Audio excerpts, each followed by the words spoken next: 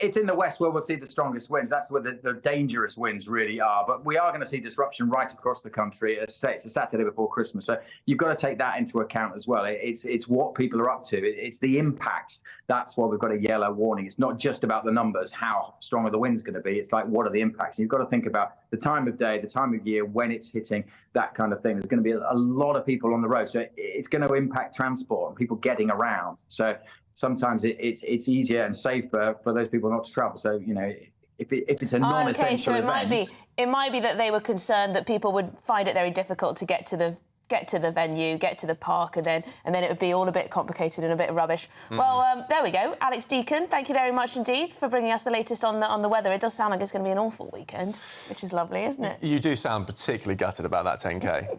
You can't believe it, can you? I'm absolutely delighted, if I'm honest. I'm absolutely delighted. I didn't fancy it this weekend. I'm a bit tired, and if it's raining and windy, I mean, it sounds a bit awful. I guess it would be awful if there were, you know, hundreds of runners out in the park and then, you know, trees fell over or something. Well, awful. Doesn't bear thinking about, does it? I know. You know, when I was at school, I used to do running, and I was so bad at it. This is a true story. They started taking down the course before I'd even finished.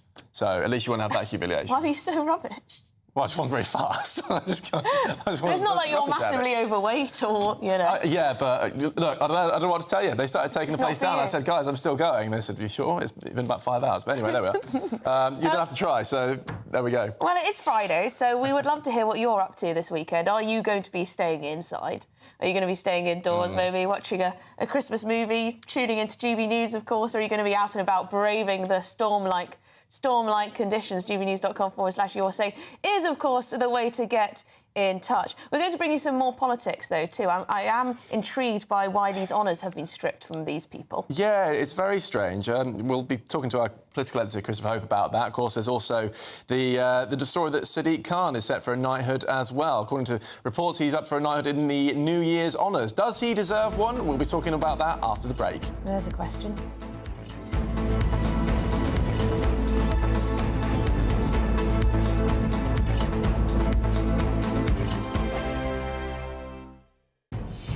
Good afternoon, Britain. Weekdays from midday. The row over Prince Harry's US visa will be brought back into focus. Earlier this year, Nigel Farage asked Donald Trump about this very issue. Let's take a listen. No one knows the truth. What did he put on his American visa form? If they know something about the drugs and if he lied, they'll have to take appropriate action. Appropriate action? What could that mean? Well, the fractured relationship between the president-elect and the royal couple, or ex-royal couple, I should say, began in 2020 when the Sussexes urged American voters to stay clear of Trump, urging them to reject hate speech, misinformation and online negativity. OK, well, to break down this story for us, we're joined by royal commentator Richard Fitzwilliams. Richard, so what are the chances of Trump saying, you know what, Harry, time to get out of here? I very strongly suspect that the new administration has other priorities, and also it wouldn't want the enormous amount of fuss. Can you just imagine it in hypothetical situations if it happened? I mean, we've seen Nigel Farage there get an answer from Donald Trump, which implied that this might be looked into, and it might. The Americans say that if you have taken illegal drugs, you're not allowed immigration status. Prince Harry, in his book, said he'd taken illegal drugs, and there he is with American immigration status. I mean, how do the two things make sense? Either he lied in the book, or he lied to the US government. I can't see that the future administration would want to be involved with problems with the British royal family, which obviously would occur if this happened. Yeah, that's true. Richard Fitzwilliams, thank you very much, as ever. GB News, the People's Channel. Join me, Nana Akwe, for an informative, interactive news programme with a difference. It's fun. No, he didn't say that, Dave. I'm so surprised. I think there's an element of truth to that. Join me from 3 p.m. every weekend, only on GB News, Britain's news channel. If you want your news to be straight talking... This is a nightmare for the Conservatives again. Down to earth. It's not just Nottingham where this is happening, is it? And most importantly, honest. Hard-working, middle-class taxpayers, they'll get their book thrown at them. Then catch me, Martin Daubney, Monday to Friday, 3 till 6 p.m. on GB News, Britain's news channel. Nightmare commute. Kick it up a gear with GB News Radio. You can listen online and on DAB+ and on the GB News app. We're also on TuneIn and the Radio Player apps. From the school run to rush hour, get revved up with GB News Radio. We are the People's Channel, Britain's news channel.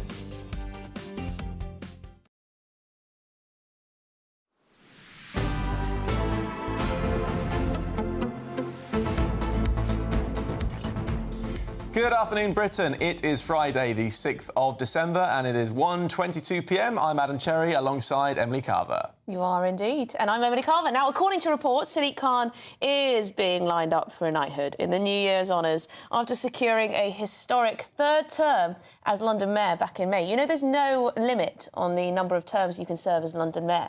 So Sadiq Khan could, theoretically, be London Mayor for his entire life. There's a thought. Well, now there is a thought. But if he does serve the fourth term, he will be Sir.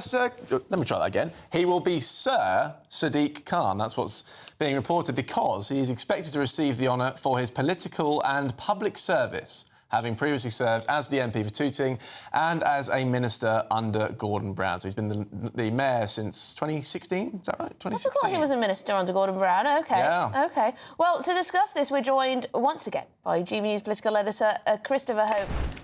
Christopher, now, this would be controversial, wouldn't it, if Sadiq Khan were to be knighted? I'm sure a lot of people will have a lot to say about it. I mean, controversial depends on your political viewpoint. You know, as we're saying there, he's a former MP for 11 years in Tooting. He served in Gordon Brown's government. He's been elected 3 times by the people of London to be mayor, 2016, 2021, 2024. Some would say that deserves a knighthood. I mean, you know, you have got a long service there. He has done really well in terms of being re-elected. I mean, whether you agree on his policies on ULEZ, on the way the capital is policed, and other areas, that is certainly what the people of London want. So why shouldn't he get a knighthood? Other names in the article in the Financial Times looks like a very authoritative leak. Emily Thornberry, set to get maybe called Lady Thornberry. She's already called Lady Nugee. If she wants to take her husband's name, she doesn't. Her husband, of course, is a High Court judge. Nick Gibb gets a knighthood. Now, he's a well-respected former schools minister who arguably, I think, has done the most to lift standards in schools by changing the way young children learn about spellings. Sir Ranil Jayawardena, of course, a cabinet minister under Liz Truss, he might get a knighthood. Marcus Jones, another former Tory MP. Pat Hewitt, the former DTI secretary under Tony Blair, up for a damehood. And Andy Street, who I think many would see the appointment, if it goes to Sadiq Khan. Andy Street is the kind of yin and yang of that combination, because Andy Street, widely respected, a Metro mayor in the West Midlands, lost out narrowly at the elections earlier this year. He should be a knight. You know, this leak looks, as I say, very authoritative to me as a reader of the runes of these things. This list has not yet been signed off by either the King or Sir Keir Starmer. This is a draft list, but a significant list, and these things don't leak that often. Chris, what's the latest on these honours which have been stripped? We learned about it in the last hour or so. What is going on with that? That seems unusual. That's right. So there's a group called the Honours Forfeiture Committee in the Cabinet Office, and they are able to review honours given out twice a year, formerly the Queen's Birthday Honours and the New Year Honours. Now it's the King's Birthday Honours and the New Year Honours, of course. So June and July and December, lots of the great and the good in this country are given honours. The Forfeiture Committee, a group in Whitehall, can look at removing honours for criminal convictions and bringing the honours system into disrepute. I'll go through the list very quickly. Lord Ranger, Rami Ranger, Tory donor, 1.5 million given to the Tory party. His CBE given to him at the New Honours in 2015. That's been annulled and cancelled. It was for community cohesion. He was ennobled by Theresa May after getting his CBE. He made some remarks about the Sikh community and Pakistanis on social media, and he apologised for the remarks, but it was seen so serious that he's lost his CBE, but he remains a peer. Anil Kumar Bharat, he was given an honour in the Queen's Birthday Honours back in June 2010. He's lost an OBE, as have Shiu Kum Lam, who was a former Dean of Medicine at Hong Kong University. He was jailed for misconduct in public office. He received an honour in an OBE at the New Year Honours back in December 1996. The more junior honours, there's 3 MBEs being stripped today. There's Lawrence Nigel Jones. He's a tech entrepreneur who was jailed for sexual offences for 15 years last year. He was awarded that MBE back in December 2014. Robert Cameron Johnson, MBE given to him at the New Year Honours 2020. He was a director of the Duke of Edinburgh's Award, and he was awarded for service to young people. We don't know why he lost his honour. And Andrea Michael was awarded an MBE back in 2018 at the New Year Honours. And someone who has died, got an MBE, John Martin Scully. He has died, but in retrospect, had his offences been known to the committee, he would have lost his honour too. He would receive an honour back in 2002. I'm just looking at the details here, but yes. So there's lots of. It's complicated. We hear from Number 10 today. They are telling us that the cases highlighted here speak for themselves. There's not a wider issue, they say, with the honours system. John Martin Scully, just briefly, he died in October 2021, but Hertfordshire Police have confirmed they interviewed him in relation to allegations made against him, including the rape of a child under 13 and several instances of sexual assaults against children. The committee can confirm that had he been convicted of those crimes, he would have lost his MBE. Wow, OK. Well, Christopher Hope, thank you very much indeed for talking us through all of those. So it does appear as though if there's scandal or wrongdoing or even a conviction, then you do lose your honours, which I imagine most people would agree with. Christopher Hope, thank you very much. GB News political editor. I mean, imagine that. You get knighted or you get your OBE, you get your MBE, whatever it is, and then, you know... And then all that comes out. I mean, and then all that comes out, and you're stripped of it. But there you go. I mean, Chopper did make a good point there about the Sadiq Khan issue. That, yes, on paper, Sadiq Khan has achieved a lot in his political career. He's been an MP for a long time. He's acted as a minister. He's also been elected 3 times to London mayor. OK, so these are big achievements on paper. But I must say, a lot of you are not so impressed with his record, particularly on the ULEZ, particularly on the crime in London, particularly on the virtue signalling, perhaps, that you see. Yeah, the thing is, it speaks to a broader point about the honour system, doesn't it? Which they are often used to reward allies, gongs for mates.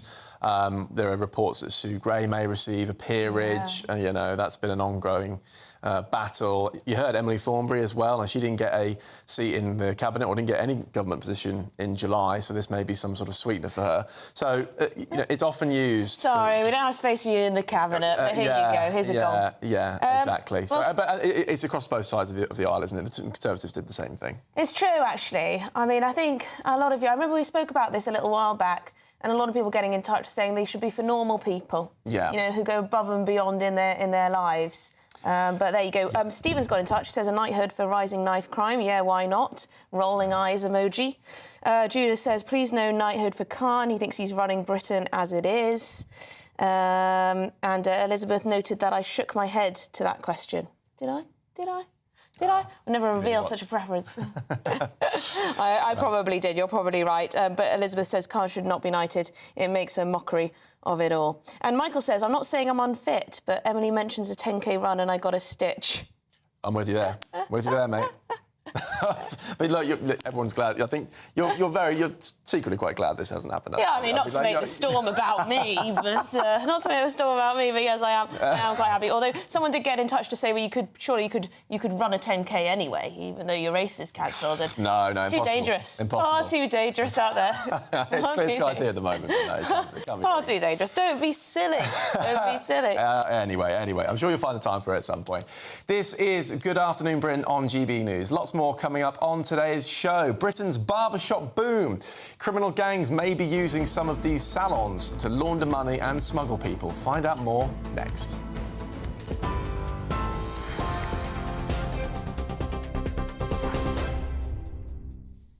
Very good afternoon to you from the newsroom. It is just after 1:30. Let's start this hour with breaking news from Scotland, where a farm has been placed under lockdown after a cow tested positive for atypical mad cow disease. The Scottish Government has imposed strict movement restrictions on affected animals, although it says there is no risk to public health and the cow didn't enter the food chain, they say. The case in Dumfries and Galloway was detected through routine surveillance, and investigations are now underway to determine its origin. Authorities, though, have assured the public that stringent control measures are in place to prevent any wider impact. The King has cancelled several honours this afternoon, removing the names of Raminder Singh, Anil Banut, Lam Shu Kum, Lawrence Nigel Jones, Robert Cameron Johnson and Michael Andrea from that official register. Their appointments, awarded between 1996 and 2020, have been revoked. In a separate case, the Honours Committee discussed John Martin Scully, who was investigated for serious sexual crimes, including the rape of a child. Although Scully died in 2021, the committee confirmed that his honour would have been taken away if he had been convicted. Storm Dara has sparked a rare red warning for wind, with gusts of up to 90 miles an hour expected to batter parts of Wales and the southwest of England, including Cardiff, Bristol and much of Devon. The warning's in place from 3 a.m. on Saturday and calls for people to take care, as flying debris and falling trees could pose a danger to life. An amber warning is also in place for the west coast of the UK, from Scotland right down to Cornwall and Northern Ireland, with large waves and potential damage to homes and buildings. Heavy rain and over 100 flood warnings are already in effect, adding to the weekend's challenges. Train chaos is continuing to grip the UK this afternoon, with passengers hit by yet another warning after this morning's system fault caused widespread disruption. National Rail has apologised, admitting that hardware upgrades to its radio system brought services to a standstill. Well, while that fault has been fixed, travellers now face fresh challenges as Storm Dara threatens that severe weather and more delays into the weekend. Flooding is already affecting some routes in Stockport and Chester, with passengers urged to check live updates and expect longer waits. A self-proclaimed slapping healer who promised self-cure through controversial therapy has been sentenced to 10 years in prison for the manslaughter of an elderly woman. Hong Chi Zhao, who has no medical qualifications, preached the benefit of hitting yourself to rid your body of toxins. 71-year-old Danielle Cargom died in October 2016 after stopping her insulin medication during a workshop run by Zhao. The court heard she had been convinced by his claims, calling him a messenger sent by God. Those are the latest headlines for now. I'll be back with you in around an hour. Adam and Emily will also be back very shortly after this break. For the very latest GB News direct to your smartphone, sign up to News Alerts by scanning the QR code or go to gbnews.com/alerts.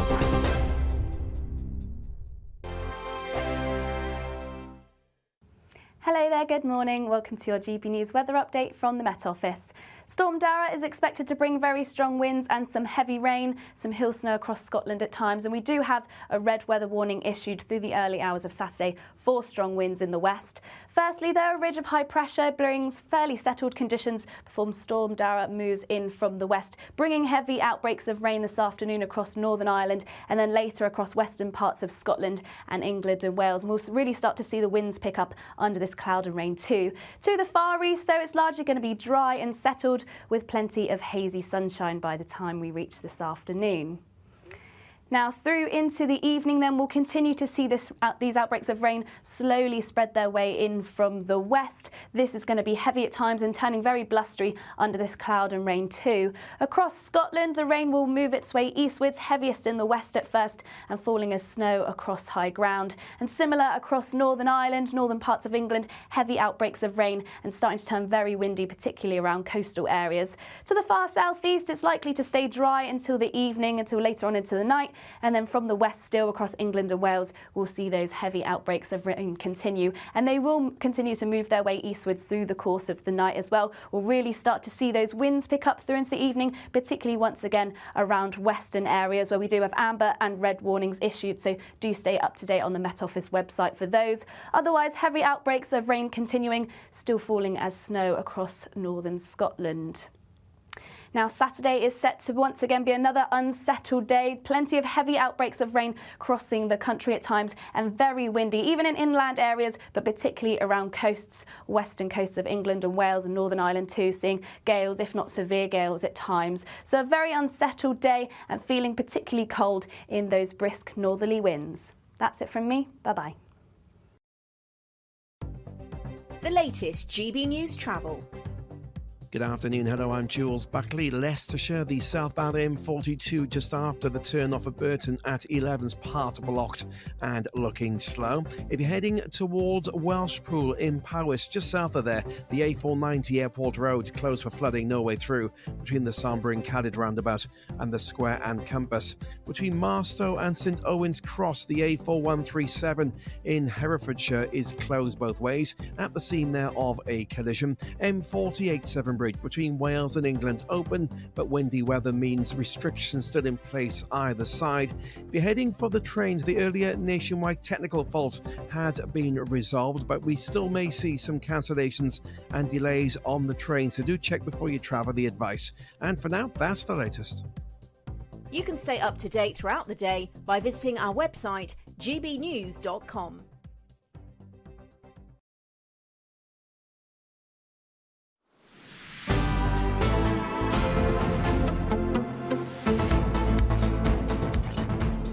Good afternoon, Britain. It is 1:39. Now, Britain's barbershop boom is hard to ignore. 665 new stores opened last year alone, but... And they were all on my high street. Quite, yeah. There's about 5 or 6 on my street. We were just saying in the break, there's loads of them. But behind the shiny facades, there's a disturbing reality. Yes, because criminal gangs may be using some of these salons to launder money and even smuggle people into the country. So is your local barbershop really what it seems? Well, we're joined by columnist Sue Reed from the Daily Mail, who has led this special investigation. Sue, what have you found? What's going on here? Well, I was tipped off. There were 22 barbershops in one street in Coventry. And so I went to Coventry, obviously. And from there we went to the Chilterns, to the borders of Wales, to various other places during this investigation. And we found barbershops on every high street. In fact, I had an email this morning from a doctor in Kirkham, Lancashire, which is a small town near the coast where I was brought up. And he said, we've got 4 barbershops on our high street in leafy Kirkham. Yeah. So there really is very few high streets that haven't been touched by this. And the accusation or the suspicion is, what's going on in these? But why are there so many?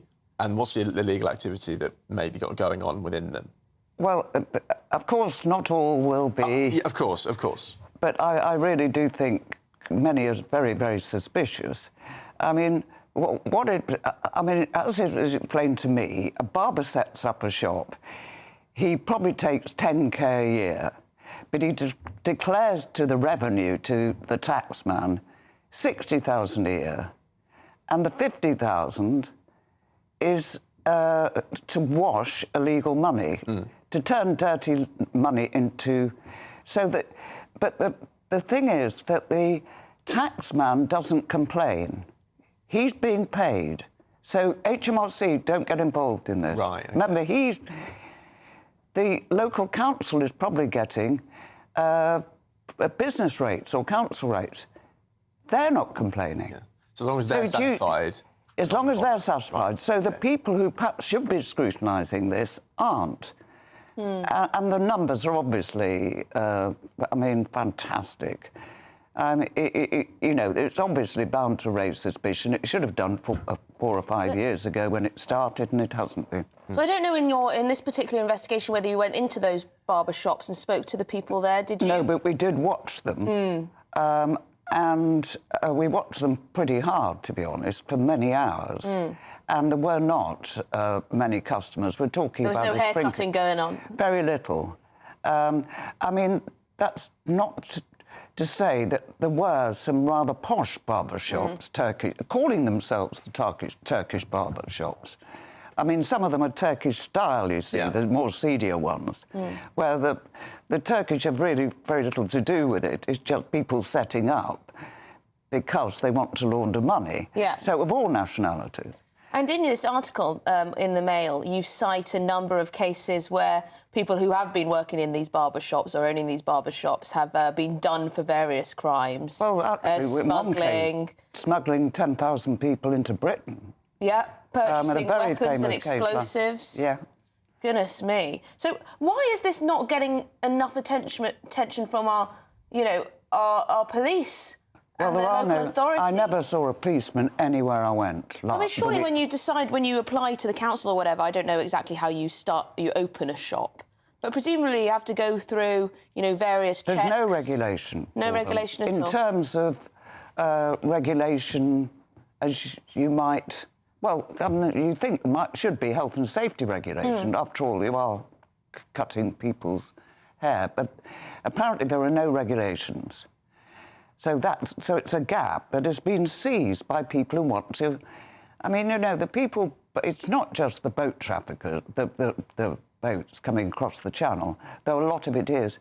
What are they going to do with these, I mean, zillions of pounds?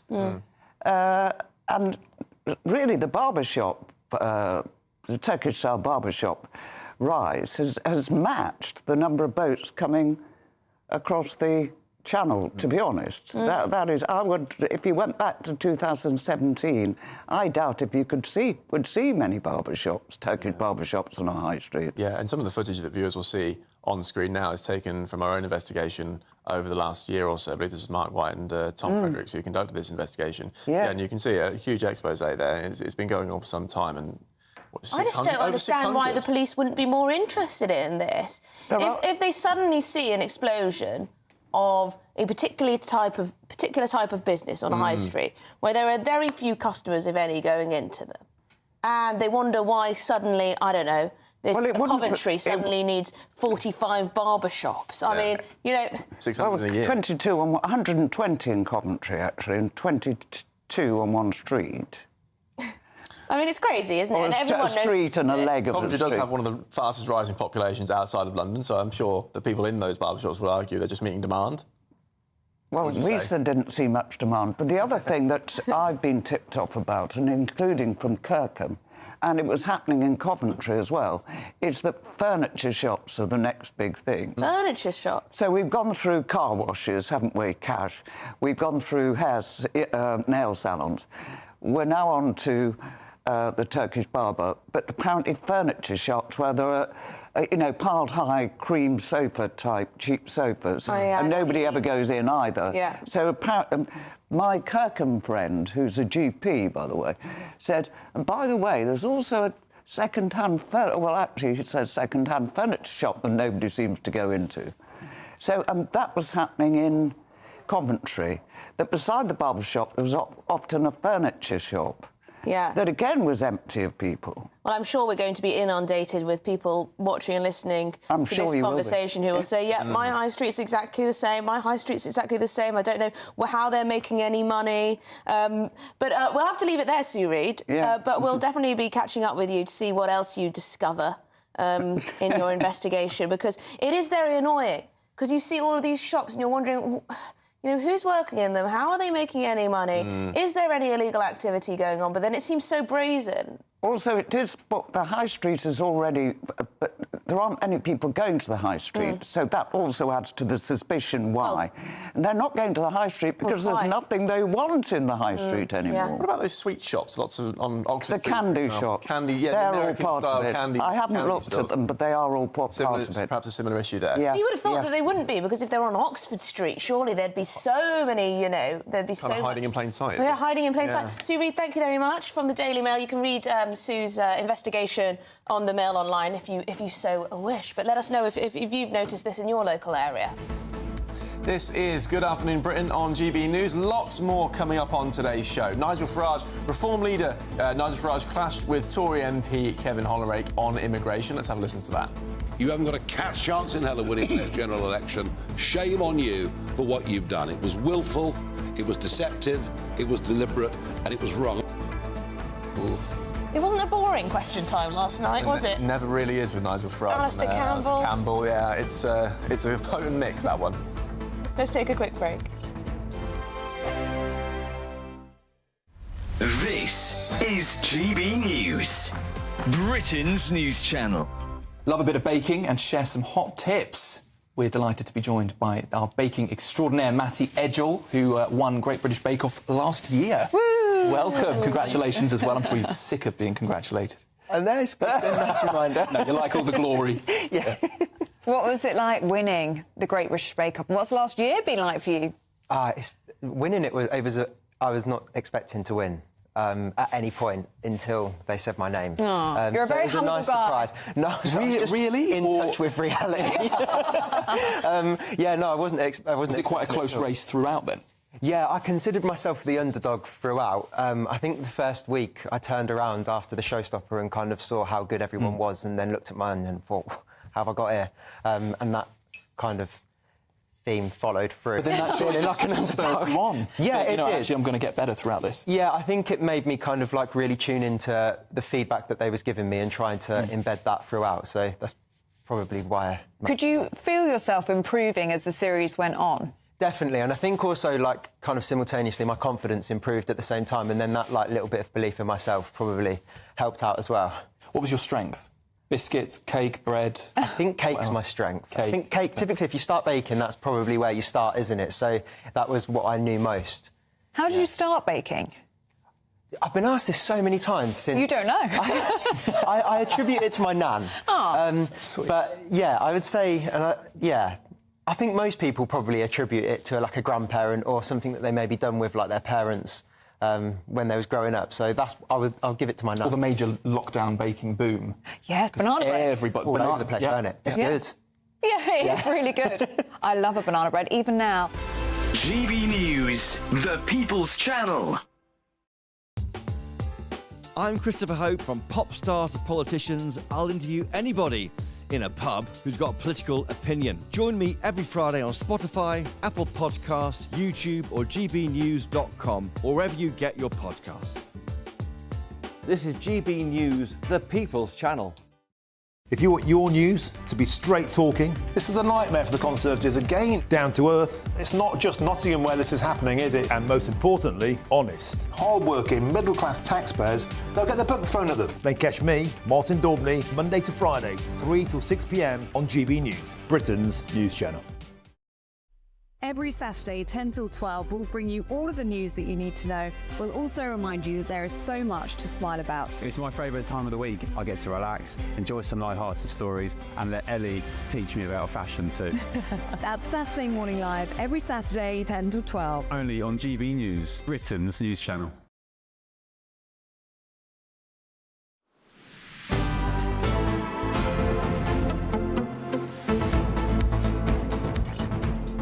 Good afternoon, Britain. It is 1:50. Now, the French President Emmanuel Macron has vowed to stay on as president after his government is toppled following a no-confidence vote. Yes, this comes as US President-elect Donald Trump. He's visiting Paris to see the reopening of the Notre Dame Cathedral. Now, Prince William will also be in attendance at the request of the UK government. Keir Starmer, though, doesn't appear to be going.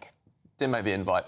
Now, joining us live from Paris is our political correspondent, Catherine Forster. Catherine, what's the mood on the ground there? What do people make of this chaos in Macron's government?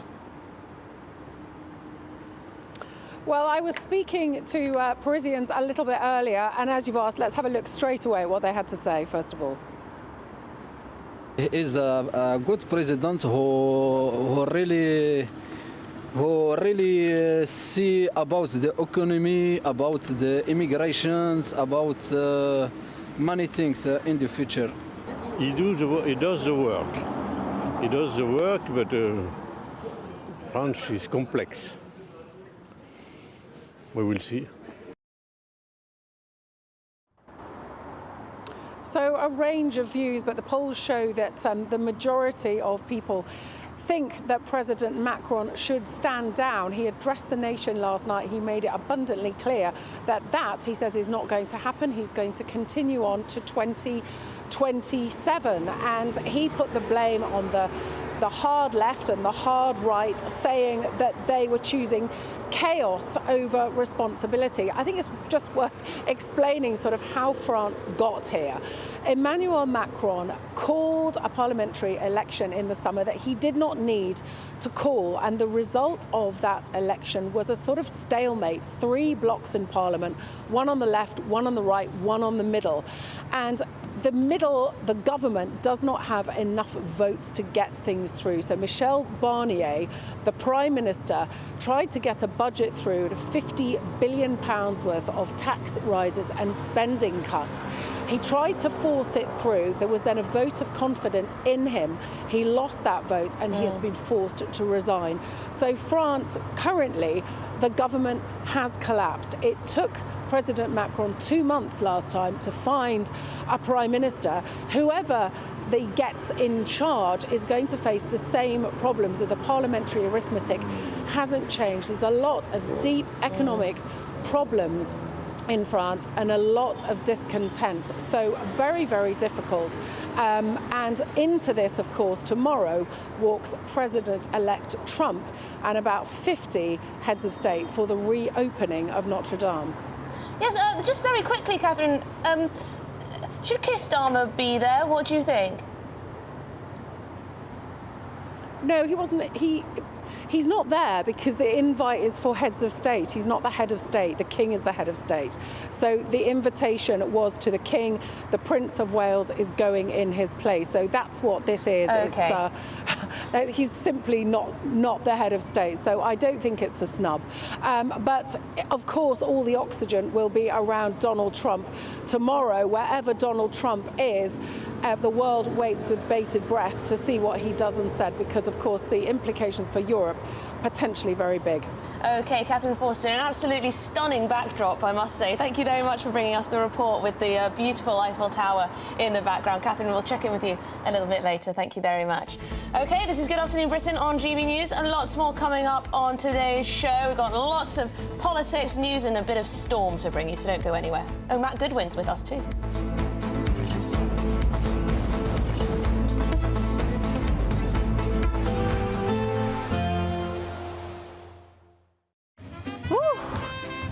Chilly start will give way to a lovely, warm afternoon.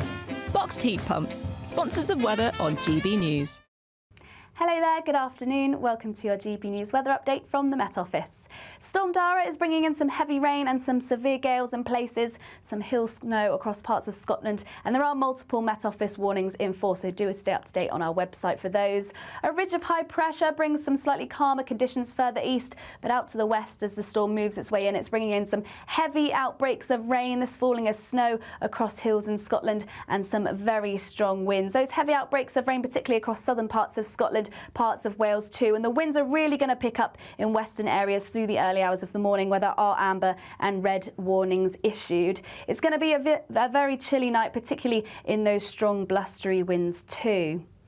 So to start off on Saturday then, heavy outbreaks of rain across most of the country. This falling as hill snow across parts of Scotland, and particularly western parts of Scotland could pick up some very strong gusty winds through the early hours of the morning, and similar across Northern Ireland, northern parts of England, heavy outbreaks of rain and some gales at times, particularly around coastal areas, but very strong winds through inland areas as well. A red warning in force for western parts of Wales for wind, where we are expecting severe gales. We could see wind speeds up to 90 miles per hour here, and through the day it's going to remain very gusty with still a chance of some severe gales at times, and heavy outbreaks of rain continuing and still falling as snow across high ground in Scotland too. So it's going to be a very unsettled day, likely to cause some travel disruption at times too over the weekend. And once again, highs of around 9 to 10 Celsius, but in those very brisk northerly winds, that is going to add on to the wind chill there. Through into the evening, we're still going to continue to see that rain, generally becoming more confined to northern and southeastern areas too. We might just start to see some clearer spells around western parts of Scotland and Northern Ireland. Heading into next week, we do have high pressure building, so more settled conditions then. Otherwise, that's it from me. Bye-bye. A nice bright morning will generate a lovely warm day, right through to the evening. Boxed Solar, sponsors of weather on GB News. It's the biggest, greatest Great British giveaway so far, with your chance to win a spectacular £50,000 in tax-free cash. 2025 could be amazing, with plenty of treats, holidays and fun on the horizon. How would you enjoy that cash? £50,000 will make someone our biggest ever winner. For your chance to win, text cash to 63232. One entry costs £2 plus one standard network rate message, or text bonus to 63232. 5 entries cost £5 plus one standard network rate message. Go to gbnews.com/win. Entries start from just £2. You can call 0903 681 3232. Calls cost £2 plus your network access charge, or post your name and number to GB10 PO Box 8690 Derby DE1 9TT. UK only. Entrance must be 18 or over. Lines close at 6 p.m. on the 31st of January. Please check the closing time if listening or watching on demand. Good luck. Welcome to State of the Nation, daily plunge into the stories shaping our country.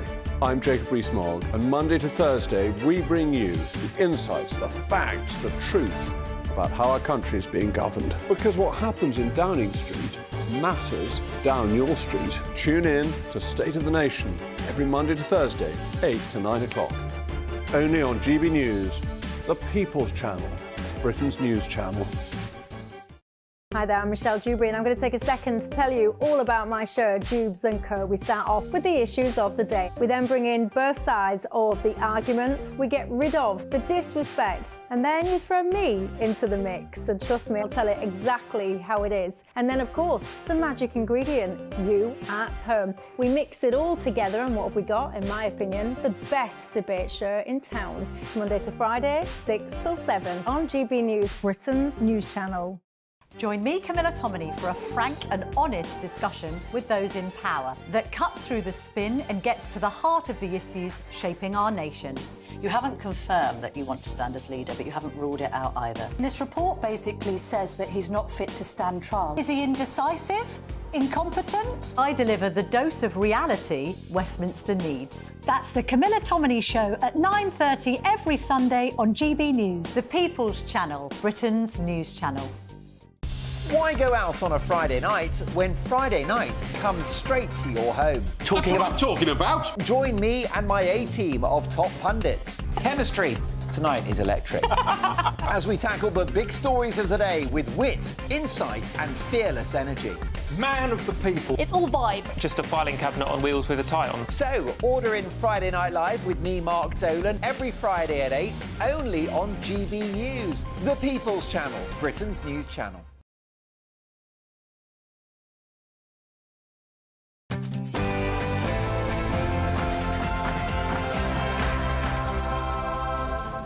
Well, good afternoon, Britain. It's 2 o'clock on Friday, the 6th of December. I'm Emily Carver. And I'm Adam Cherry. Yes, well, chaos on Britain's railways as a nationwide fault continues to cause mass disruption. Meanwhile, the Met Office is warning Brits to stay indoors this weekend as Storm Dara is set to batter Britain with 90-mile-per-hour winds. Yes, and the National Federation of Builders claims Britain needs hundreds of thousands more migrants to build enough houses to hit Labour's target. But won't they need somewhere to live as well? You couldn't make it up. And confusion today over what exactly Keir Starmer's not a reset speech means for the country. This comes as new shock polling puts Labour in 3rd place nationally and after Reform and the Conservatives. And we'll speak to a student who claims she was suspended from her university radio station after daring to question transgender ideology. She's not going away quietly. No, she's not.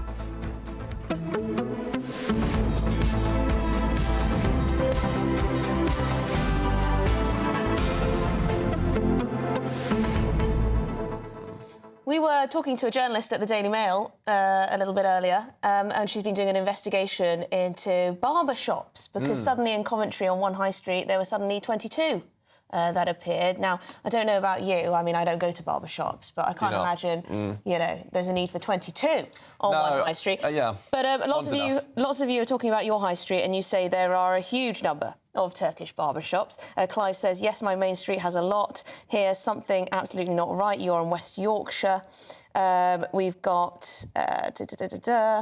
Bag Lady Night, I don't think that's your real name, but you said, where I lived in the 80s, there was a large Italian community and my local bakery was bought up by Italians. Never saw a single customer go in. The authorities never do anything. Grumpy Grandad as well. Barbers, car washes, vape shops. Are these the favoured way of money laundering? Yeah, there's always a favourite technique, isn't there? And Susan mentioned the next one will be furniture shops. As you said, we've gone through car washes, American candy stores all over Oxford Street, which are still there. I don't know how how is that still going on? It's bizarre. I don't know. I mean, Nikki says there's about 30 of them in Blackpool, all empty all of the day, money laundering, she says. I mean, if you're a legitimate business, you know, a legitimate Turkish barber shop... Of course. And all the money is from cutting people's hair. Yeah. And shaving people's beards off and the like. You wouldn't be very impressed to see all of these sort of fake ones coming up anyway.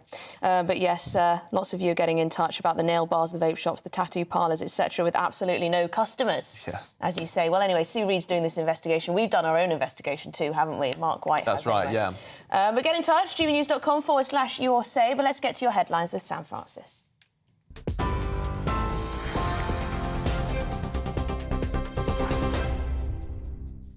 Very good afternoon to you. It's just after 2 o'clock. The top story this afternoon, well, it is, of course, that Storm Dara is sparking a rare red warning for wind this weekend, with gusts expected of up to 90 miles an hour to batter parts of Wales and the southwest of England, including Cardiff, Bristol and much of Devon. The warning is in place from 3 a.m. tomorrow and calls for people to take care, as flying debris and falling trees could pose a danger to life. An amber warning is also in place for the west coast of the UK, from Scotland to Cornwall and Northern Ireland, with large waves and potential damage to homes and buildings expected. Heavy rain and over 100 flood warnings are also in effect, adding to the weekend's challenges. Well, meteorologist John Hammond spoke to us earlier and warned people not to underestimate just how fast the weather will change. Fooled, because the weather is set to turn nasty just about everywhere across the country, particularly, as you say, across western areas, all courtesy of Storm Dara, which is winding itself up now just to the west of the UK. It's already bringing heavy rain across Northern Ireland, and despite a fine day across many other areas, that will change later on this afternoon into tonight. Rain will sweep across all of us.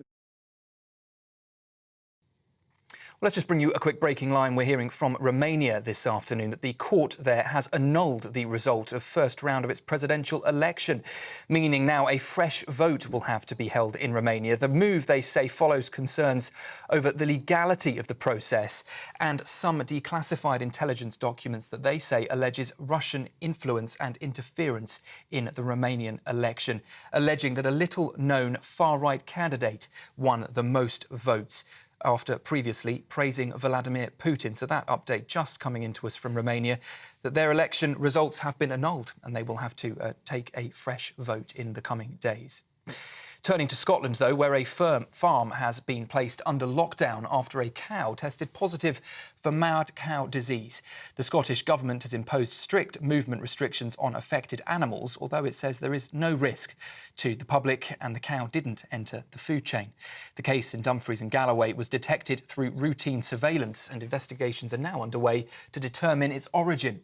Authorities, though, have assured that the public is in no danger and there are stringent measures in place to prevent any wider impact. The King has cancelled several honours this afternoon, removing the names of Raminder Singh, Anil Bhanot, Lam Suk Kum, Lawrence Nigel Jones, Robert Cameron Johnson and Michael Andrea from the official register. Their appointments were awarded between 1996 and 2020, but have now been revoked. In a separate case, the Honours Committee discussed John Martin Scully, who was investigated for serious sexual crimes, including the rape of a child. Although Scully died in 2021, the committee confirmed that his honour would have been taken away if he had been convicted. Well, as we heard from Adam and Emily at the top of the hour, train chaos is continuing to grip the UK, with passengers hit by yet another warning after this morning's system fault caused widespread disruption. National Rail has apologised, though, admitting a hardware upgrade to its radio system brought those services to a standstill. Well, while that fault has now been fixed, travellers are facing fresh challenges as Storm Dara threatens severe weather and more delays into the weekend. Flooding is already affecting routes in Stockport and in Chester, with passengers there urged to check live updates or expect longer waits. A self-proclaimed slapping healer who promised self-cure through controversial therapy has been sentenced to 10 years in prison for the manslaughter of an elderly woman. Hong Chi Zhao, who has no medical qualifications, preached the benefit of hitting yourself to rid your body of toxins. 71-year-old Danielle Carr-Gom died in October 2016, after stopping her insulin medication during a workshop run by Zhao. The court heard she had been convinced by his claims, calling him a messenger sent by God. The Metropolitan Police's counter-terrorism unit is urging people to trust their instincts this festive season and to stay vigilant. With major events like Christmas markets, football matches and carol services drawing large crowds, officers in the capital are urging the public to report anything suspicious. Each year, over 10,000 reports are made to counter-terrorism policing, with a fifth providing crucial intelligence to disrupt potential threats. Well, the Chief Superintendent, Chris Wright, says the public's role is vital, with over 40 terrorist plots disrupted since 2017. And one last story before I hand you back to Adam and Emily. More than 1,600 people have been arrested across England and Wales in a major week-long crackdown on County Line's drugs dealing. More than £3 million in drugs, £2 million in cash and 550 weapons were seized, alongside 4 XL bully dogs. Police say they also shut down over 260 county lines and safeguarded more than 1,400 people. Nearly half of them were children. That's the latest from the newsroom for now. I'll be back with you in half an hour. Now, though, over to Adam and Emily. For the very latest GB News direct to your smartphone, sign up to News Alerts by scanning the QR code or go to gbnews.com/alerts.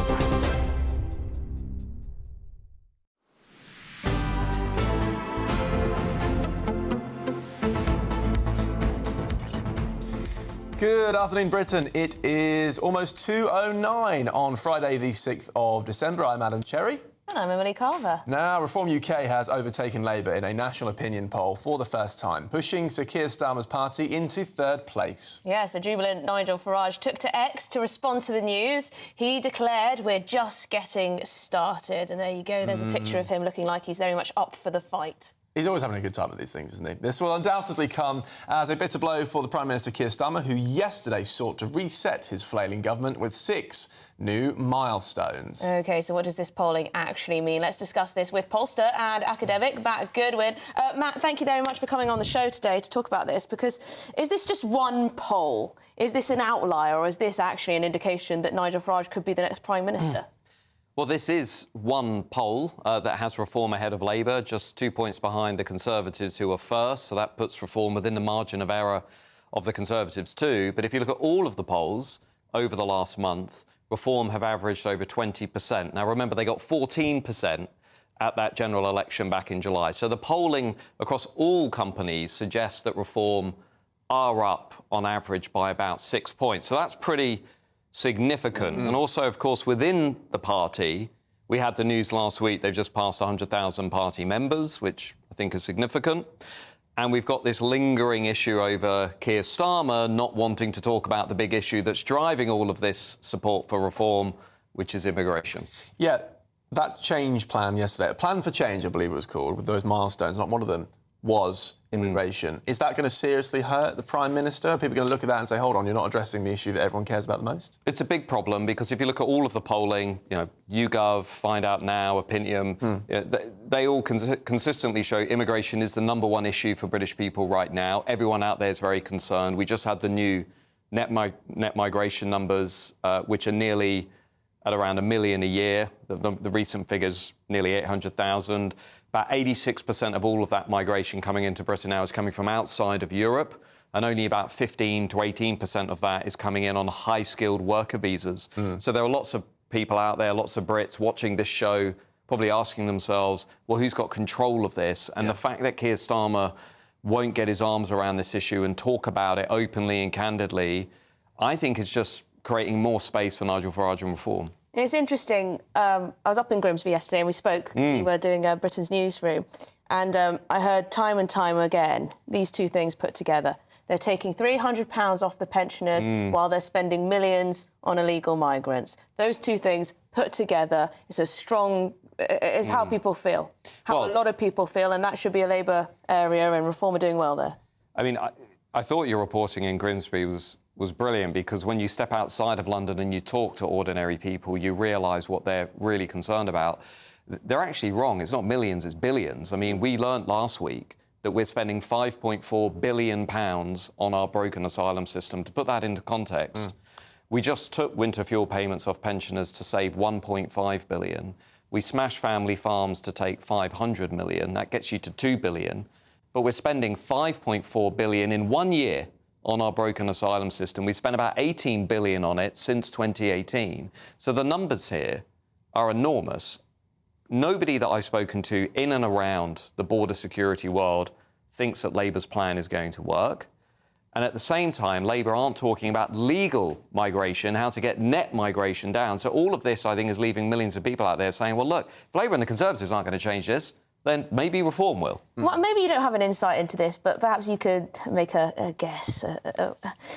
Why do you think Keir Starmer isn't talking about immigration? Is it because he doesn't care about it, or because he doesn't feel like he's got a strong narrative on it? I think there are two reasons. I think if you speak to people in and around the Starmer camp, they will tell you they do not want to fall into the same trap that David Cameron, Boris Johnson and Rishi Sunak fell into, which is once you put a cap, once you put a number on it and you fail to reach that, you're vulnerable and you're weak. But the second, more important reason is, I don't think fundamentally Labour activists believe in immigration control as a pressing priority. Sometimes you have to look at what politicians are actually doing right in front of you. And what this Prime Minister is doing by refusing to prioritise immigration is he's telling us quite clearly he doesn't view it as a priority. Well, to be fair, Matt, when those extraordinary net migration figures were released earlier this week or last week, he did have a press conference, Prime Minister, and he said his language was quite punchy, I thought. He said this was an experiment in open borders on behalf of the last government. It felt to me like that was Chief of Staff Morgan McSweeney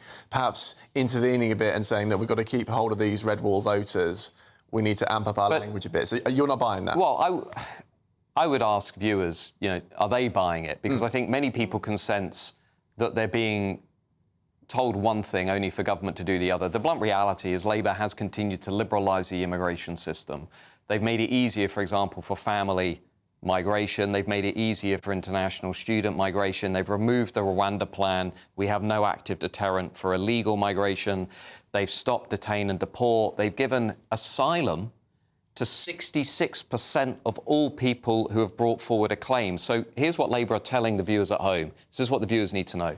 When Labour politicians sit here and they say, well, the returns are up, we've sent 7,000 people out of the country, what everyone out there needs to know is, well, maybe they've put a few more people on planes, but they've given asylum to 66% of people who have entered the country, often illegally, and applied for it, which is equivalent to about 60,000 people. Now, if you think that's going to solve the immigration crisis, because if I'm sitting in Syria, Iraq, Afghanistan, Vietnam, and wherever else, and I think, well, this government's giving 66% of people asylum, I'm going to take my chances at getting into that country illegally. So that's where I think Labour are not being real and honest with the British people. And I feel very sorry, actually, for hard-working, tax-paying citizens, because this is the #1 issue in the country. They deserve to feel safe in their own country. They deserve to be treated with respect and decency. And nobody in British politics seems able to do that. It's actually quite extraordinary when you think about it. We've had net migration at the top end of the hundreds of thousands for several years. Under a Conservative government. And British people are just supposed to, not notice? Can I give you one stat? One stat. It's crazy. Can I give you one stat? Yeah. Last year, 1.2 million people migrated into Britain. That is equivalent to a city the size of Birmingham in 1 year. In 1 year. It's crazy. I mean, it's hard to even think about. Anyway, Matt Goodwin, thank you very much indeed, pollster and academic. Now, for the Labour perspective, let's speak to former Labour advisor Scarlett Maguire. Scarlett, the returns are up. The Labour government say they're taking this issue very seriously, and that the previous government had an open experiment in open borders. Are they right? Is this a serious issue for the Prime Minister? This is a serious issue that actually has to be done properly. So let's find out what's happening. The problem with legal migration, that's where the big figures are, is people who are allowed to come here, right? So how do you deal with that? Most people who come here legally come here on unemployment visas, because that's what business is asking for. And so what the Labour government... Scarlett, I don't actually think that's the case, actually. I think a proportion of people came on work visas, but a huge number came on family, dependent visas, etc., and student visas. But the people who are coming on family visas are coming with legal migration, right? It's actually quite difficult to come on a family visa. I mean, a friend of mine's son, who's married to a Turkish woman, they've had to have £50,000 in the bank for him to bring his wife and child back into the country. I mean, it can't be that difficult, can it, considering the numbers? Well, it is. Emily, I'm trying to give you facts. I'm trying to say to you, let's look at legal migration, right? So one of the things that what we have to do, which has not happened in the last decade or so, is that we have to stop being dependent on overseas workers. And the way to do that is to skill up British workers. And that's what we're trying to do. Now, for decades, the health service has gone out to places like the Philippines and taken them in, right? What we have to do is we have to train the doctors and we have to train the nurses. That's the only way we're going to bring down legal migration, okay? The other thing is students. Now, if you want to stop bringing in international students, that's fine. But how are we going to keep our universities open? Because they absolutely Scarlett, rely on some people might students. argue that we don't need as many universities as we currently have because the quality may be wanting, which is why they need to fill them with overseas students. That may be one of the arguments I'm putting out there. But Scarlett, if it's clear what needs to be done when it comes to immigration, why on earth would Keir Starmer have left it out of his speech? If he's confident on this issue and he's got the answers, why wasn't it there? It's disrespectful to the public, is it not? Hold on, Emily, I am trying to answer without you having to give me a lecture about things. The reason, and Matt Goodwin was absolutely right, the reason he is not going to do it is because he has watched Prime Minister after Prime Minister put a number on it and get it done. I remember in 2010, David Cameron saying, we will bring what is called legal migration with visas down to the tens of thousands. And it went up and up and up. And actually, what's more important is rather than talking about it, is to do something about it. And I had a meeting with the migration minister this week who was talking about how she was going to bring it down. There is absolutely no question about it. This government is determined to bring it down. Putting phony numbers on isn't going to work because we have to have the balance between what businesses are demanding. They are asking for us. They are wanting to go abroad, and us to say we don't need people from abroad because we've got the skills here, and that has not been happening for the last 14 years. Yeah, I think we can agree that we need more skills here, and a lot of people are being left on the heap, I guess. Yes. But Scarlett, we'll leave it there. Thank you very much indeed, Scarlett Maguire. Always great to chat, former Labour advisor. So there you go. I got told I was giving Scarlett a lecture. You're giving a lecture? I was giving a lecture, apparently. Wow, OK. I just think it's, if there are so many answers, and Scarlett says she was talking to, a migration minister or whatever about this, if they've got all these answers and they know exactly what they're going to do, why wasn't it set out for the public, for us to digest? Exactly. So that we can understand how Labour are going to bring these numbers down. Because at the moment, this sort of wishy-washy statements about how, we need to skill up British workers. Well, of course. We want to skill up British workers. Yeah, but also, you know, during the election campaign, they criticised the Conservatives for opening so many asylum seeker hotels and vowed to stop doing that.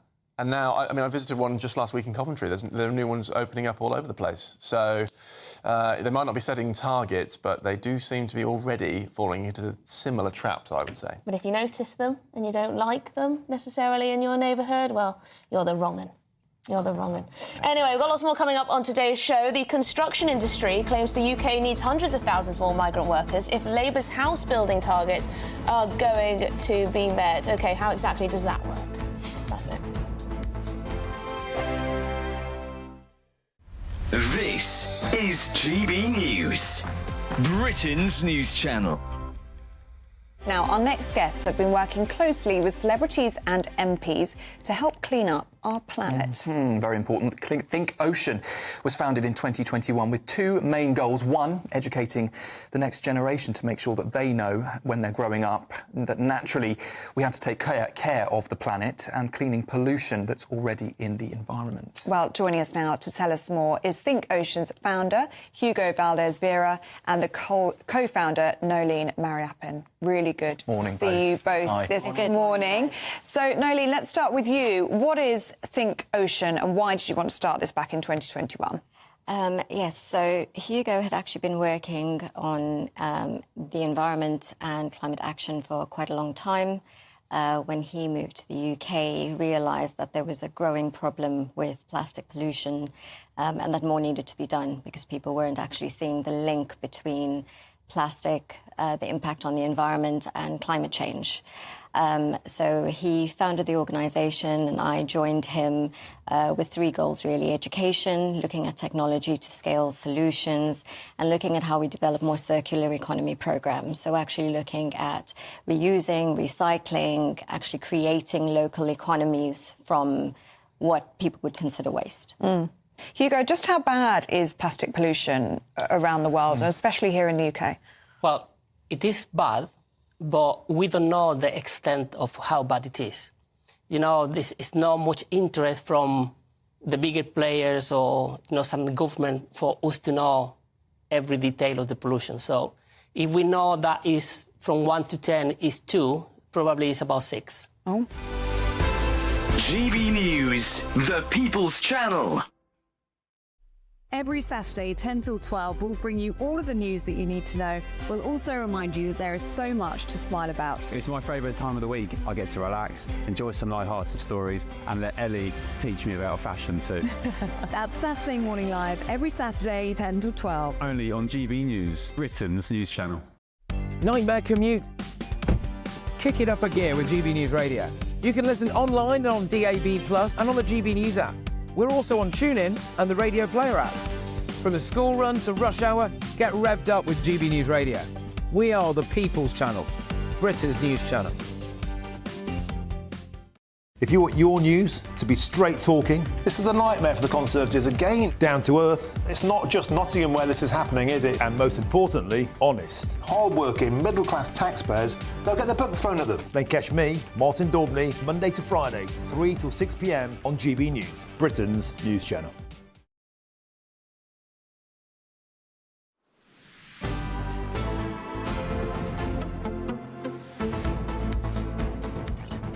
Good afternoon, Britain. It's 2:24. You're with me, Emily and Adam Cherry. Now, the construction industry is claiming the UK needs hundreds of thousands more migrant workers if Sir Keir Starmer's house building targets are to be met. Yeah, the Prime Minister has promised to build 1.5 million homes by the end of this Parliament, but the National Federation of Builders argues this goal is unachievable unless the construction skills shortage is addressed, which has been compounded by a decline in apprentices and the ageing native workforce. OK, should we get more on this story with construction manager Michael Perinci? Michael, thank you very much indeed. Now, you work in the construction business.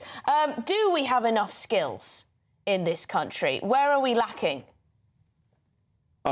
Yes, we do have enough skills, but that's not to say that there isn't a issue facing us with regards the ageing workforce. Yes, a lot of the most skilled workers will be retiring over the next 10 to 15 years, so they do need to be replaced. But how that translates into the 1.5 million homes target is yet to be seen. That 1.5 million home target, is it achievable, do you think? It's not impossible. Anything's possible, really, with the biggest industry in the UK. And we've got a lot of enthusiasm and excitement for the future, but the challenges facing us are significant. Yeah, I mean, I'm looking at the current delivery in terms of house building around the country and the new target that the government has set, and there is a big gap. Do we need more immigration, in your view, to help build all of these homes, or would that be compounding the problem, making it worse? Well, there's people that already live here that are already in homes, so bringing more people that need homes to solve a housing crisis seems a little bit counterproductive in my view. But I'd be interested to see more details on what exactly the plan is with that. Michael, just talk about planning reform actually a little bit, because I'm doing Tom Howard's job, might as well ask about planning. Yeah. Do you buy the government's plans to rip up planning regulations and build? I'd like to think that would be, there were encouraging words when the new administration took office from Rachel Reeves and the like that sounded great. Yet to see anything. We haven't had any uptake on engagement with organisations like our own since Labour has taken office. But again, it remains to be seen whether they are willing to. It's not about tearing up policies necessarily, but certainly it needs. It's way over convoluted and bureaucratic, and it needs decluttering. The policies need decluttering. I mean, that's what everyone in the business tells us. It tells us it's just too difficult, too bureaucratic, too many forms to fill, too many people to speak to before you can get anything built in this country, which is why it takes so long to build anything. Michael Pritchie, thank you very much indeed, construction manager. Great to have your perspective on all of this. I mean, I think what Michael said there was common sense, that it seems counterproductive to bring more people in when you've got a housing shortage. But we do clearly have a problem with a lack of some lack of trade skills in this country, and I don't know why that is. Why aren't more people going into these industries? You can make a lot of money, or so I'm told. Well, you know, in building, in construction, carpentry, decorating, whatever else. Exactly, and you don't get into mountains of student debt either. That's the point, isn't it? We were talking about university places briefly there. You know, far too many people, I think, are going to university and they're not advancing their careers at all, really. And this seems like a decent opportunity for people to make some cash. Yeah, I mean, some people will say, you know, we need to have migrants to do these jobs because people here are too lazy to get up and do this type of work. But you meet British construction workers all the time, and, you know, they're up at God knows what time in the morning, working till God knows what time at night if they can.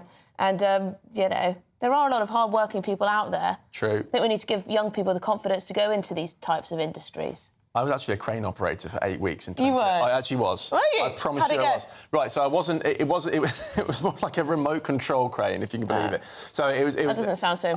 Sorry, to be so disappointed. It's not one where you climb up it and you know you're looming over a skyscraper. So you just had a little remote control. But you had like a remote control like this, and I'd move the bricks around and move pallets about. And I honestly.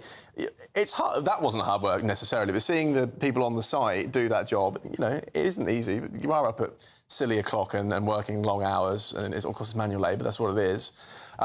But there is an opportunity there for a career, I think, for lots of people. It's a good idea. Yeah, there doesn't seem to be that much urgency when it comes to construction in this country. I mean, you'll go on a motorway or an A road and you'll see the same roadworks that have been going on for what seems like years, and you'll see absolutely no one working on the road. And you do wonder when on earth it actually gets done. I mean, imagine if you were now, I don't want to be like China, right? But imagine in China, they just get everyone down there, right? You're going to work all hours, you're going to work around the clock, you're going to get this done when I say so, when I say that's now.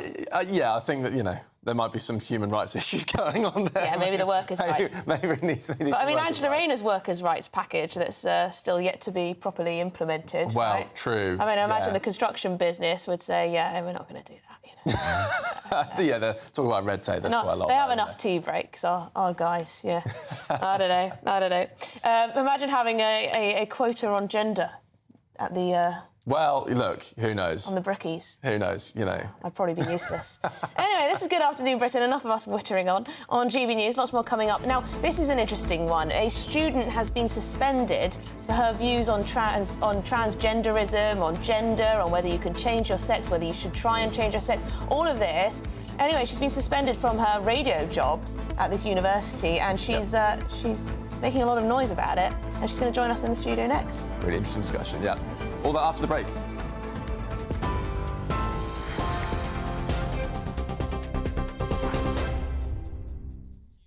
A break very shortly. First, though, a quick look at the top stories from the newsroom, just coming up to 32 minutes past 2.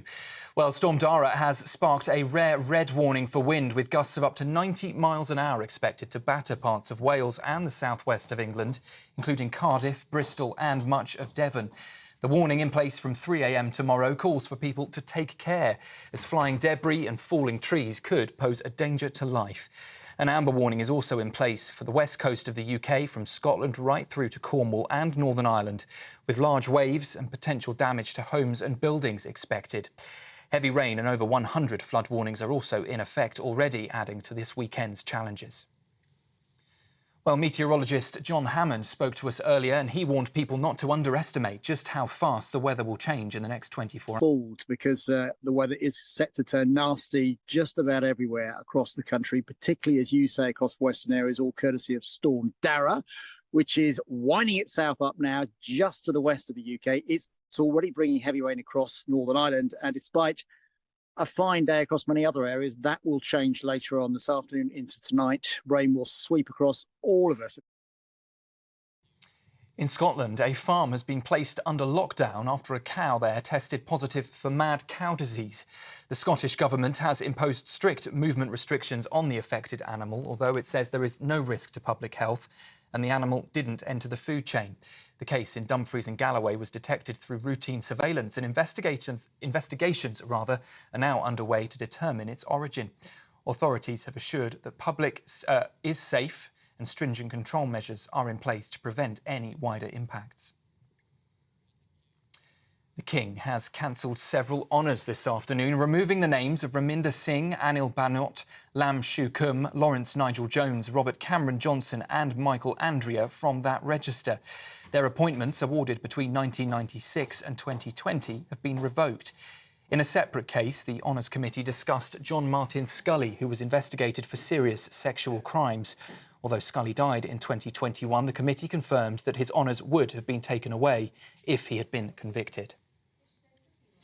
Train chaos is continuing to grip the UK this afternoon, with passengers hit by yet another warning after this morning's system fault already caused widespread disruption. National Rail has apologised, admitting a hardware upgrade to its radio system brought services to a standstill. Well, while that fault has been fixed, travellers now face fresh challenges as Storm Dara threatens to bring severe weather and more delays into the weekend. Flooding is already affecting routes in Stockport and Chester, where passengers are being urged to check live updates and expect longer waits. And more than 1,600 people have been arrested across England and Wales in a major week-long crackdown on county lines drug dealing. More than £3 million in drugs, £2 million in cash and over 550 weapons were seized. Police say they also shut down 260 county lines and safeguard over 1,400 people, nearly half of them children. That's it from me from the newsroom for now. Sophia Hill will take on the news baton very shortly from 3 o'clock. Now, though, it's a quick break. For the very latest GB News direct to your smartphone, sign up to News Alerts by scanning the QR code or go to gbnews.com/alerts.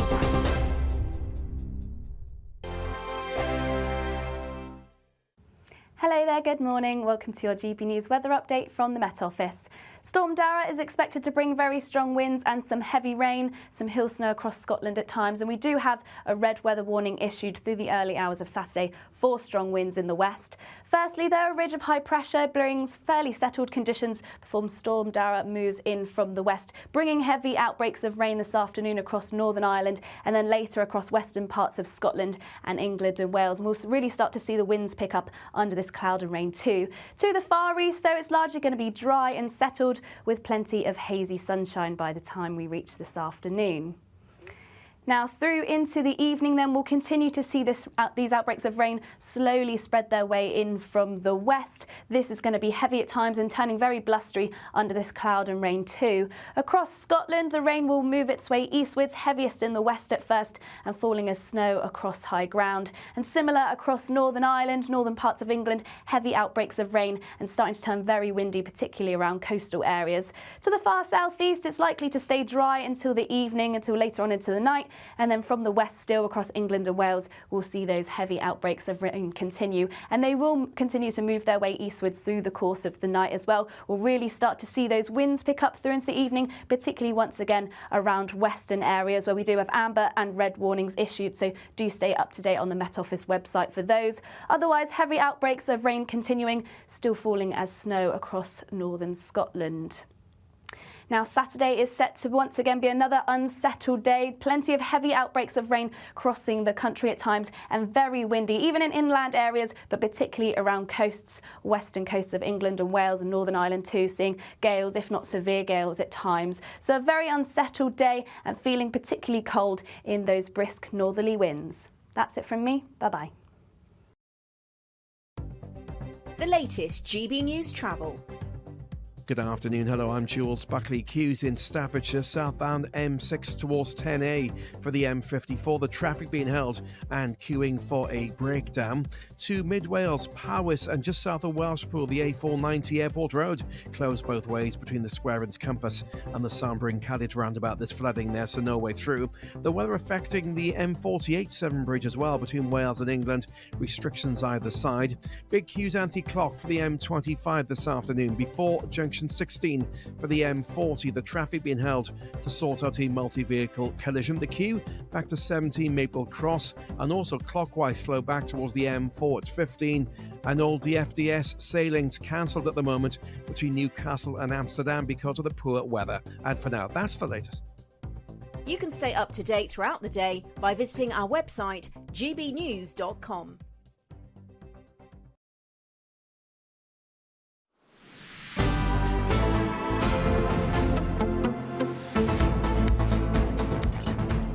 OK, good afternoon, Britain. It's 2:38. Now, we do have lots more coming up on today's show, but we're going to check in with Dawn Neeson because she's in for Martin Dobbiny. There she is. Dawn, what have you got coming up for us then? We've got a cracking show, nearly as good as yours, but not quite. We have got Zia Youssef, Chairman of Reform, coming on, absolutely. White Labour making like the Christmas turkey and getting totally stuffed by Reform. We have got builders on whether Starmer can fix it. Spoiler, no, he can't. We're going a Christmas caroling with Princess Kate. And we also have why Xmas is very bad for your love life. Oh, you know what? Oh, why is it, Dawn? Are you going to reveal all later? You'll have to tune in and you'll find out. OK, we'll have to tune in, I am very much looking forward to Princess Catherine's Carol concert. It is a lovely event. I think Cameron Walker is getting to go.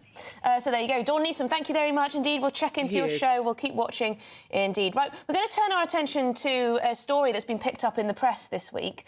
A student in her third year at Leeds University has been suspended from her role as head of student radio after a complaint about her gender-critical views. Well, the suspension followed a blog post she wrote and an interview with a detransitioner.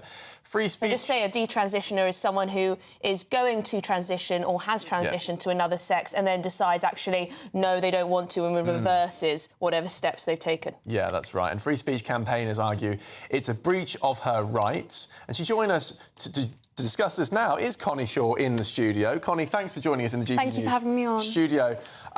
What's happening? This is a bit of a mess, isn't it? So what have the university said to you? Why have you been removed from that role?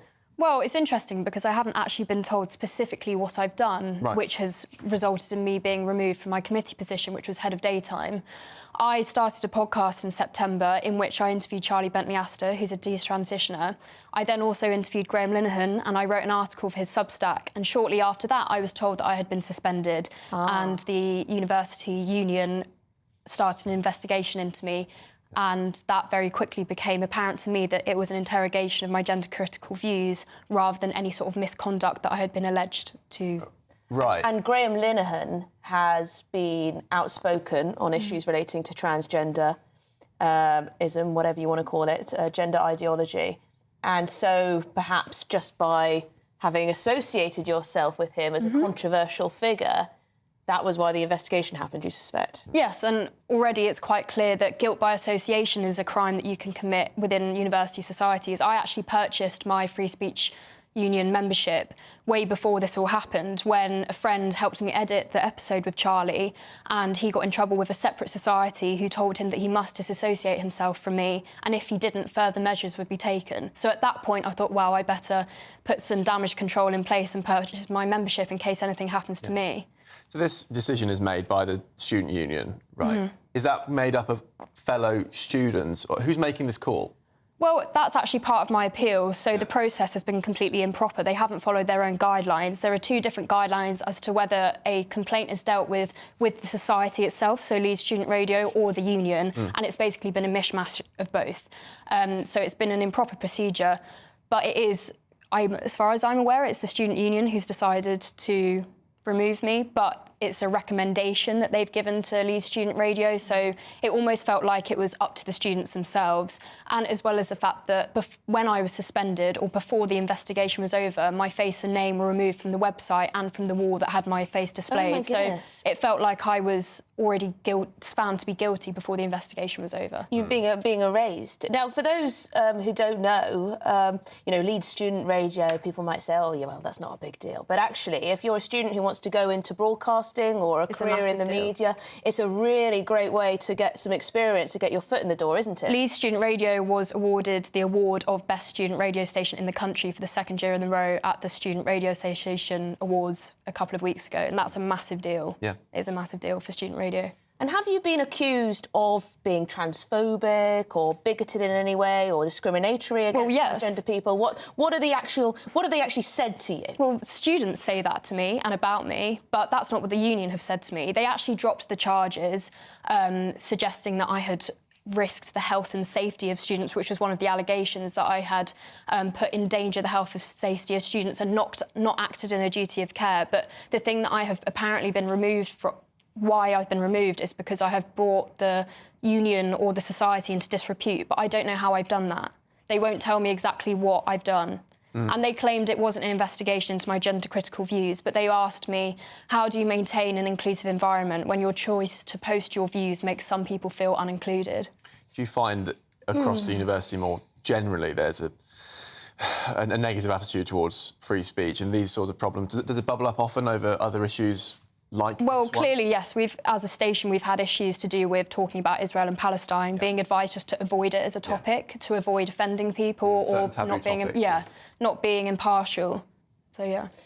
I mean, it is crazy, isn't it? I mean, it sounds almost old-fashioned and, people on this channel do say it ad nauseum, but, universities are supposed to be somewhere where you challenge your ideas and you learn about things that might feel uncomfortable, or, someone might disagree with you vehemently about the transgender issue or anything else. I might disagree with you on Israel-Palestine, but it doesn't matter because you're supposed to learn from one another.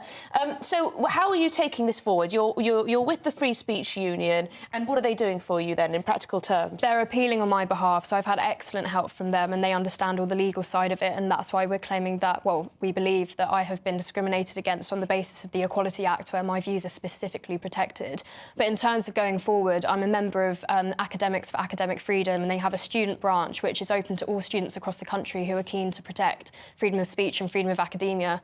And it's from organisations like that that really encourage me to continue talking about these issues and not go quiet. So I'd recommend to any student who has concerns about freedom of speech to get involved. Well, well done you for having so much confidence, you know. It's not easy, is it, when you've got students acting against you? You don't know exactly what you're being accused of here. You don't know why you've lost your role at the radio station and everything else, but to pursue it with people else and, you know, get in touch with people. I mean, it shows a lot of oomph, doesn't it? Oh, absolutely, yeah. I mean, universities at the moment, they are a bit... There's an orthodoxy, isn't there? And if you go against that, you pay a huge price socially, your studies, your potential career aspirations. It's massive. You're fighting back, so good luck to you. Thank you. Good luck to you, Connie. Hopefully we'll catch up with you soon and find out how things are going. Thank you. But yeah, what a...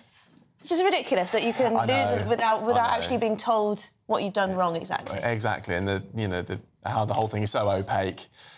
Now, in a statement, I'm just going to read what the university says. So Leeds University Union said the following: inclusivity is one of our core values, helping to ensure that everyone can enjoy their university experience free from discrimination.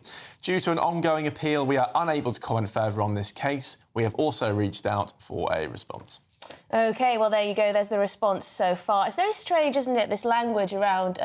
you know, everyone should feel a certain way, everyone should feel comfortable. But someone's going to feel uncomfortable about something you say, or someone might feel uncomfortable about something I say. That's the point, isn't it? That's the point. So what? Get over it. Anyway, this is Good Afternoon Britain on GB News. We've got lots more coming up on today's show. Yes, Christmas is creeping closer by the day, and today is Buy My Turkey Day.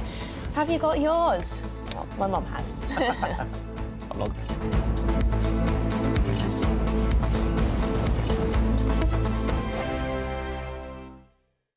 This is GB News, Britain's news channel.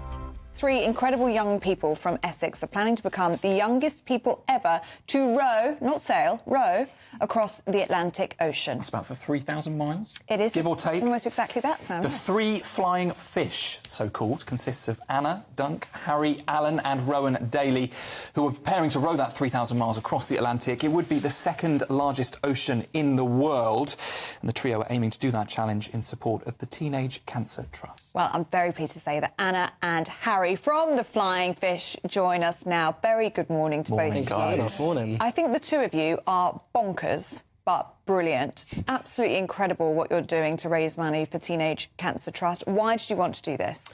So our third person, Rowan, his friend actually died. So when he was in secondary school, I believe, one of his peers passed away, and Teenage Cancer Trust supported them and their family a lot. So it was definitely the right charity. Yeah, it was. Absolutely awful. So you wanted to do something to raise money for teenage cancer. Why rowing? So my dad did it in 2021. The trip, the Atlantic trip? Yeah, he rowed it as a pair. Where we live in Essex, they actually build the boats there. So we used to cycle round there past the boatyard, and he got interested and actually did it. He was the first year after COVID. And one night, we all met in the Air Cadets, so one night after Air Cadets, Rowan actually dropped me off home and the boat was outside. We were obviously waiting to get it sold. And I think he was asking some questions, and we stood there at my porch and went, Rowan said, I reckon we could do that. And I was like, yeah, I reckon we could. And then we brought Harry on board, and that's kind of how it all came together. If people are watching and they want to support you, do you have a GoFundMe page? Yeah, we've got social media platforms at the Free Flying Fish. That's Facebook, Instagram and TikTok, and our GoFundMe links in all of the bios on there. Fantastic. GB News, the People's Channel. Join me, Camilla Tominey, for a frank and honest discussion with those in power that cuts through the spin and gets to the heart of the issues shaping our nation. You haven't confirmed that you want to stand as leader, but you haven't ruled it out either. This report basically says that he's not fit to stand trial. Is he indecisive? Incompetent? I deliver the dose of reality Westminster needs. That's the Camilla Tominey Show at 9:30 every Sunday on GB News, the People's Channel, Britain's news channel. Why go out on a Friday night when Friday night comes straight to your home? Talking about? Join me and my A-team of top pundits. Chemistry tonight is electric. As we tackle the big stories of the day with wit, insight and fearless energy.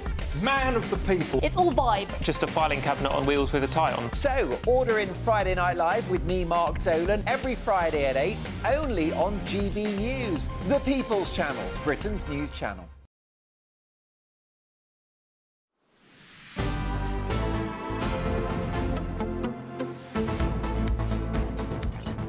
OK, good afternoon, Britain. Welcome back. Lots of you are saying how brilliant that girl was.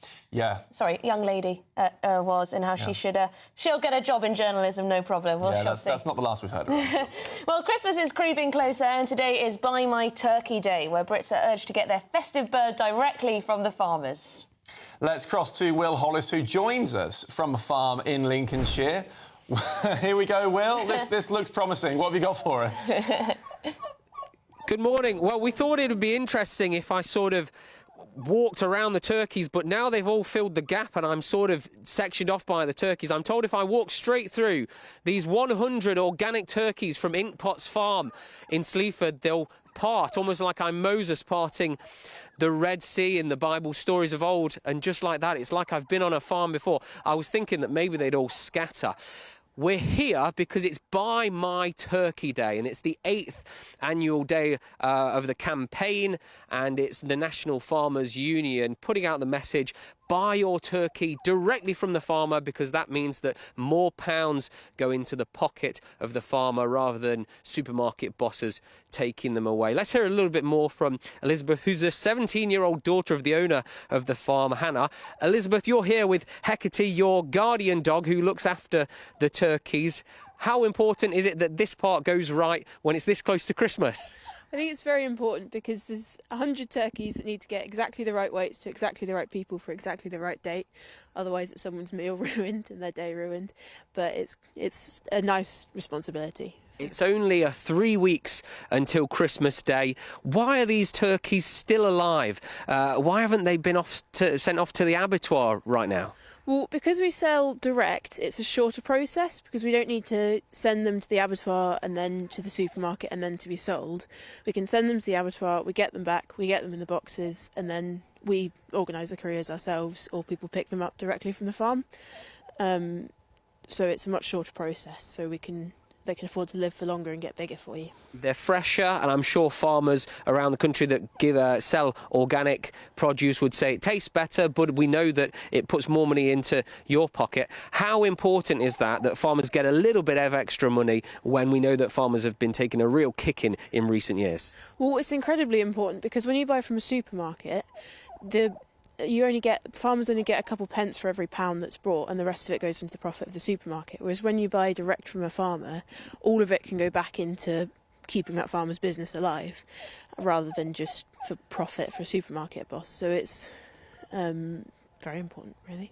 What does it mean to you, standing here right now in the middle of your farm with 100 turkeys that will in a few weeks' time be enjoyed, I imagine, by lots of people from around this area, but even people that come as far as Nottingham, I'm told, to come and get one of these fresh organic turkeys for their Christmas dinner? I think it makes me feel quite proud to be sort of responsible for so many people's Christmases. And it's quite... It's meaningful, isn't it, for you? It's really meaningful, and for... it's really nice to know that rather than people buying turkeys from the supermarket and not knowing that they've had sort of quite shoddy lives or unpleasant lives, knowing that because we've been able to provide them, we know that they have had very happy, free-range lives. If you didn't realise what was happening, is Hecate, who is described as a guardian dog, not a guard dog, because she's the guardian of these fantastic Norfolk turkeys. Hecate was scratching at me, trying to get up for a cuddle. She is incredibly large. She's also a little bit scary, but I'm told there's nothing to worry about, and these turkeys are safe and sound from all the foxes and the badgers here at Inkpot's farm in Sleaford, Lincolnshire. Thank you, Will. Turkeys are funny-looking animals, aren't they? Some great reporting there when he was parting the seas of Moses. turkeys. Beautiful, beautiful. That's it from us. There's some breaking news, actually, that Justin Welby has issued an apology relating to that speech he gave yesterday. Anyway, We'll leave you on that bombshell. Well, thanks for having me.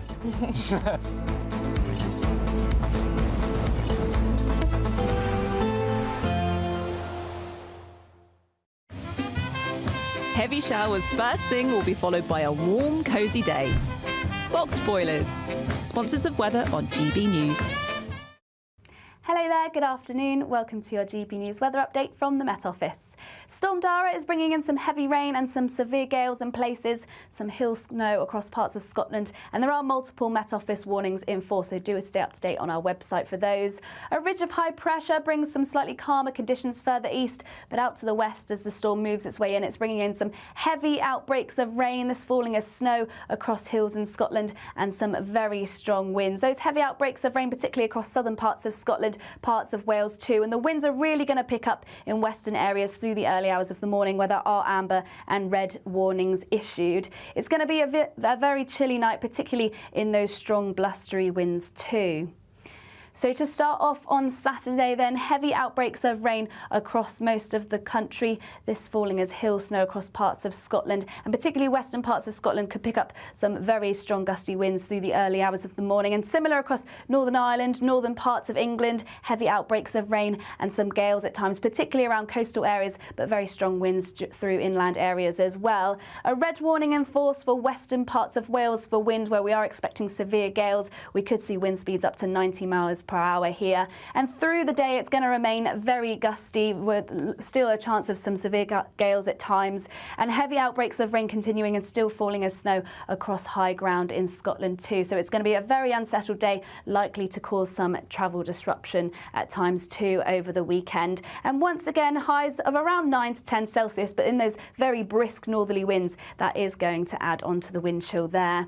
Through into the evening, we're still going to continue to see that rain, generally becoming more confined to northern and southeastern areas too. We might just start to see some clearer spells around western parts of Scotland and Northern Ireland. Heading into next week, we do have high pressure building, so more settled conditions then. Otherwise, that's it from me. Bye-bye. Expect a warm front, moving from the kitchen right through to the rest of the house. Boxed Boilers, sponsors of weather on GB News.